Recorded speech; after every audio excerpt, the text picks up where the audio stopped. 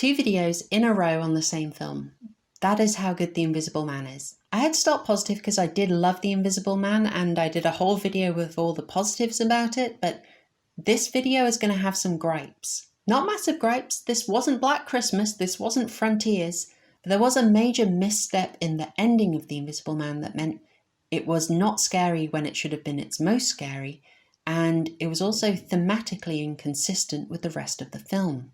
Naturally, I'm going to be analysing the end of the film, so this is going to be full of spoilery details. If you haven't seen The Invisible Man, stop watching now.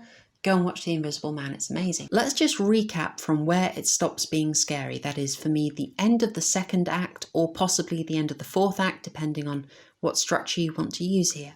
In this film, the threat comes from the Invisible Man, Adrian Griffin, and his brother Tom, who we learn has been assisting him. The second act ends with Tom being killed by Cass when she rushes home to James's house. Now there is subtle signalling here that actually Adrian was also present. There are little signs, but your brain passes over it.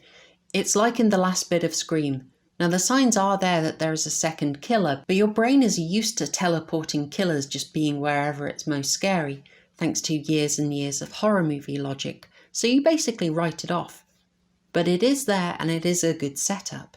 Now Cecilia is not convinced that Tom was the Invisible Man all along. She is still convinced that it was Adrian. She doesn't buy Adrian's story that he was actually kidnapped and controlled by Tom and locked away the whole time, so she returns to his mansion to get a confession. Now at this moment she is already essentially won. She has defeated the Invisible Man by shooting him dead.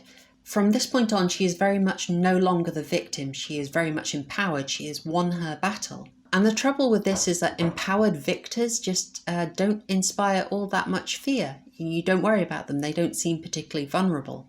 The vulnerability of characters you care about is what makes things scary. She returns dressed up and she basically walks in like a champion. She feigns weakness, but I think we already know at this point that she isn't weak, she's very strong. We've seen this throughout the whole film. And I don't think Elisabeth Moss, with her particular proclivities, is very interested in portraying weak victim women. I think she would always want to do a character who is much more empowered for symbolic reasons. So already she's going into this final confrontation with Adrian Griffin, who's meant to be the big threat, and she isn't going in from a position of weakness.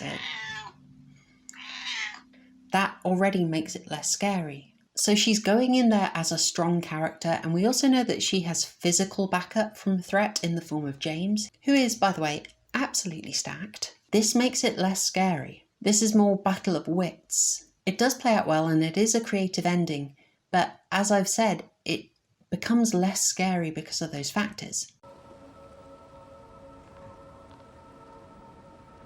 Wow. You look amazing. What I'm much more concerned about, though, is that it is thematically inconsistent.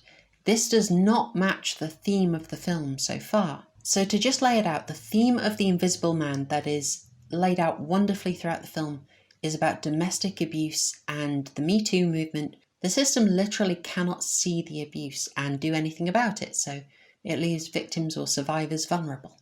It is an elegant metaphor. But this ending just doesn't address that theme, and that's a problem. It means that this stays at a 9 out of 10 instead of a mighty 10 out of 10.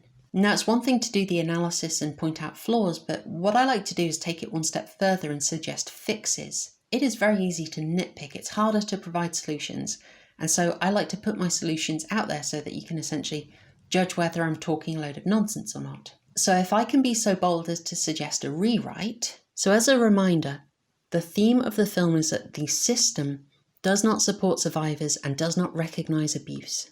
So thematically, this challenge of whether or not she can get a confession from him just isn't as serious. It's not quite aligned with it. She is free at this point after all. At this point, the system is on her side. It is protecting her. She's going to be able to use it against him if she gets the evidence. To be consistent, the threat should be that the system still supports her abuser, still gives him power. And there is a way to do that that's already in the film. It is already set up. Adrian should be able to use his wealth and legal connections to enforce parental rights. That is, he should be able to use her pregnancy, the baby, to keep himself in her life, to stop her being free of him. That would be thematically on point. This would be a fresh threat that keeps Cecilia vulnerable, but in a new way. You don't really want to do a physical fight again. This is a new danger that follows on from what we've seen before, and that makes it more interesting. Now, she could still go in there to try and get the confession, but he should be able to demonstrate that he has a system backing him up. That is what the themes of The Invisible Man demand. If he's able to spring this on Cecilia and sort of show her the legal letters, the legal precedent, and effectively make the case that she can't keep him out of her life, that would be enough to motivate a panic in her. That could send her to the bathroom. That could get her thinking, okay, I need another way out. The ending can then play out fairly unchanged because the idea of her forcing a suicide on him via his own tech is, pretty delicious.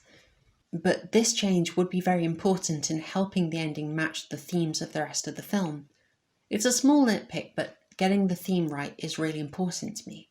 And so you can see that by incorporating those minor changes, you can both increase the overall consistency thematically and make sure that the film's message is nice and loud and clear. If the system isn't working for you, use violence. Having said that, with the ending that we got, there is a subtle additional horror. I don't think we're meant to fully cheer Cecilia on at the end. I think we are meant to be slightly shocked and disgusted by how manipulative she is of James here, how cold-hearted and, bloody she can be. I think we're meant to see how manipulative and violent she can be now and actually think, that's a little creepy how much he's rubbed off on her. There's a subtle moment earlier in the film that foreshadows this. What happened? What happened? She hit me. What? No, James, I did not do that. Sydney, I would never hit you. I love you. I would never do that, James. It was him. Listen to what she said there. That is textbook abuser speak, and it is very clever writing.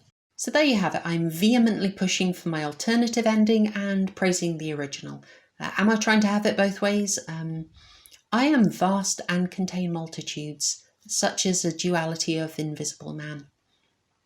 And if I can have a small excursion for a minor gripe, this scene with the police officers coming 2 by 2 like they're trying to get into Noah's Ark really bugged me and reminded me of Repo the Genetic Opera. It was sort of hammering it home a bit too much without making it a fully bravura sequence. Once you've seen the Invisible Man take out 2 pairs of cops, then the next 2 pairs, they just aren't as threatening. You kind of need to escalate or you need to cut. It's a minor gripe, it's a nitpick. Minor gripes aside, this is a 9 out of 10 film. The Invisible Man is really worth your time and it's a very impressive achievement from Leigh Whannell with a brilliant performance from Elisabeth Moss. Highly rated. I know they're talking a sequel. I have no idea how they would do a sequel, but I would be interested. I'm into that. Please make use of the comments below. I would really like to know what you think of my alternative ending, and if you like this video, please do give it a like and do subscribe if you're not subscribed already. I'm a tiny channel and every new subscriber is an absolute delight. I'd be really chuffed if I could make it to 500 subscribers by Christmas, so if you're not subscribed and you enjoyed this, then please help me out. And yeah, that is all from me for this week. Thanks, y'all. Cheers.